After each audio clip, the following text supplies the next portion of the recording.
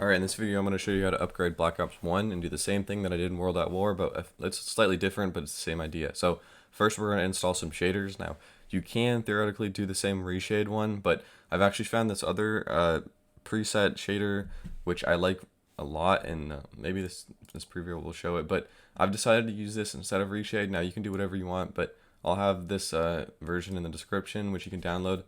Okay, well, this isn't the right game, but that doesn't matter. It's just, this is a shader, again, that works for any game, I'm pretty sure, but this one has been specifically set up for Black Ops 1, and I saw a video for it. So what you're going to want to do is you have this, and then you just download the preset, and then you drag everything into your Black Ops 1 route, just like that, and then it'll all go in. Now, this is one specific thing that I've done, but if you go in, and you don't have to do this, but if you go into this, and this, or maybe, let me just check. I haven't done this in a while.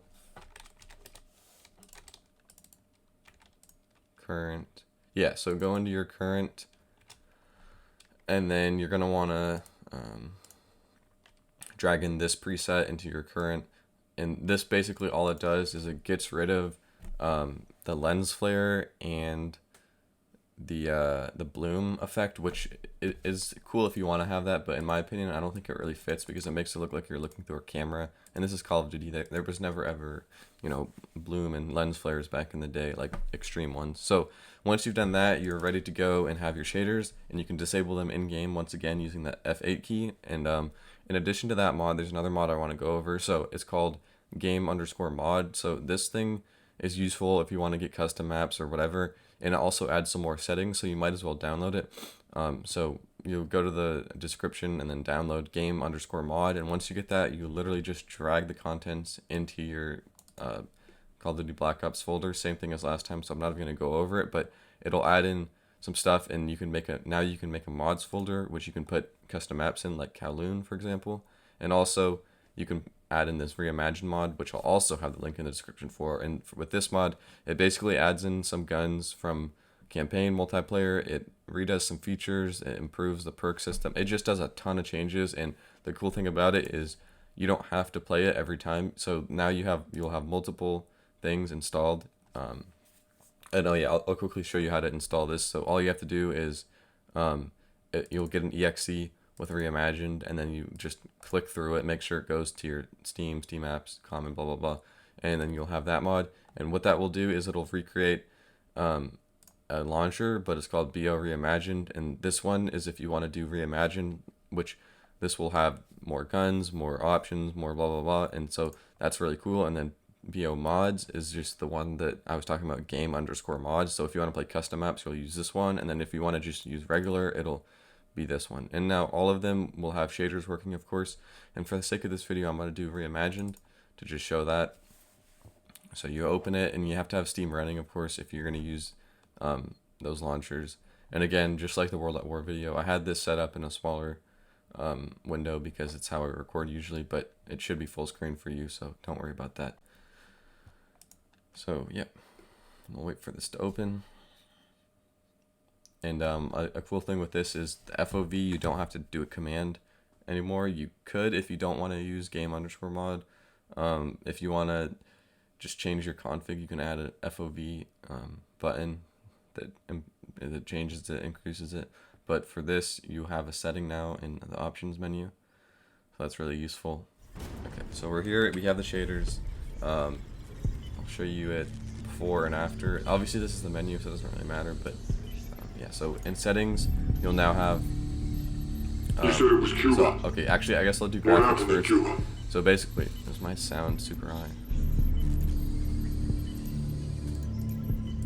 Yes, it is. Okay, so basically in graphics, you want to have everything like this. Change your video mode, of course, to the highest one for your monitor, and then this will be yes.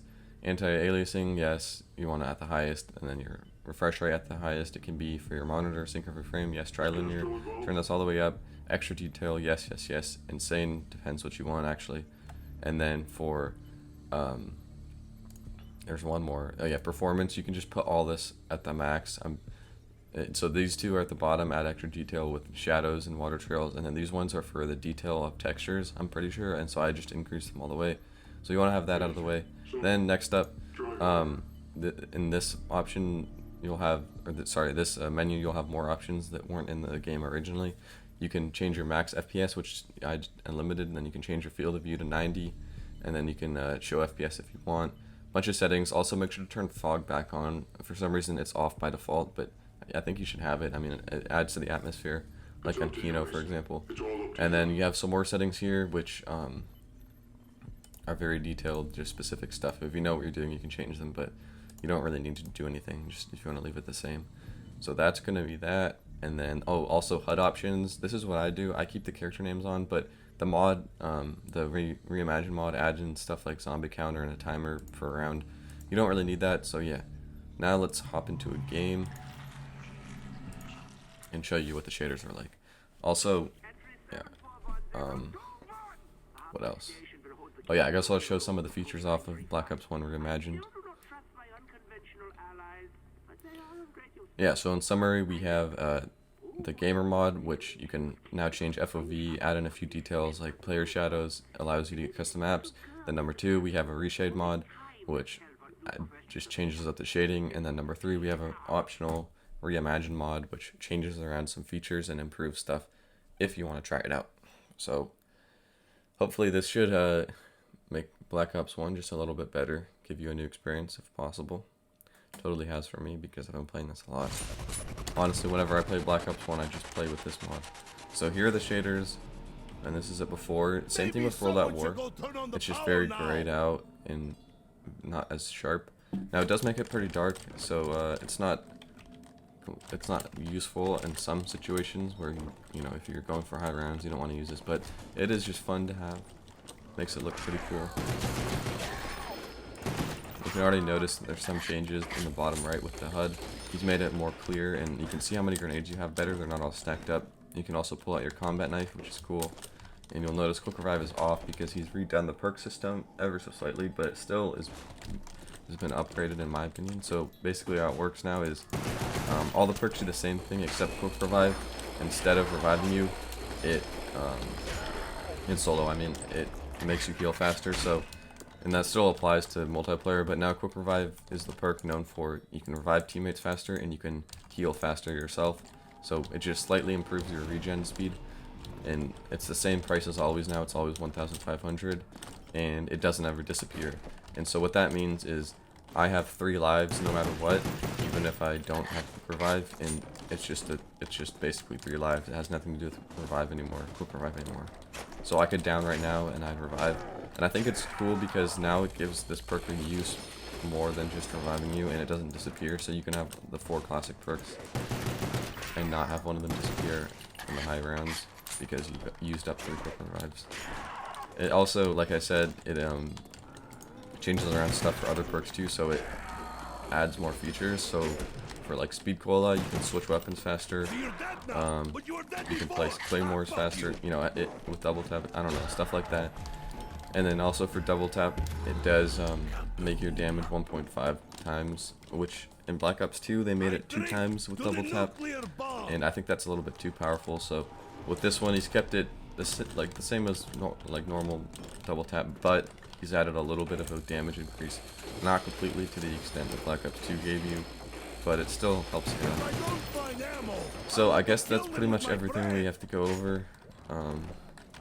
I will, I guess, look for the box if there's a small chance. Oh, well, what do you know?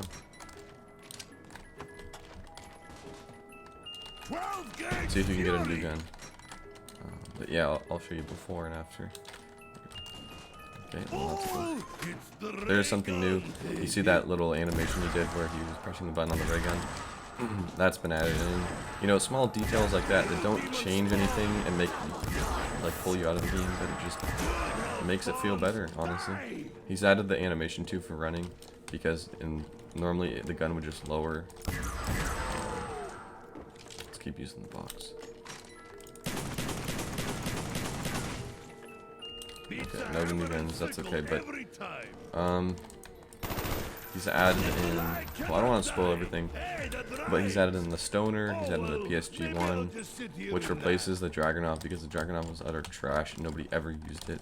I don't think anybody's ever pack-punched it unless it's a challenge. So yeah, he's also changed some stuff that was unbalanced. So for example, the FAMAS always had an extremely low amount of ammo compared to the other assault rifles, but he's fixed that, which is awesome. So now it can stand up with the AUG and the commando. It's not completely useless. Alright, please don't get a teddy bear. Let's just get a new gun. You might have been able to see some of the guns. Oh, and here's another one. Speaking of that, he's increased the ammo on this gun to make it better. It's just, yeah, like there is an unnecessary amount of crappy guns in this game that could just be fixed by like adding a little bit more ammo, making the damage a little bit better, which you can do, of course, with double tap now. And here's another new gun, the Stoner. Or not another, but the first new gun I've gotten. Maybe I can get the box one more time if I'm lucky. Nope.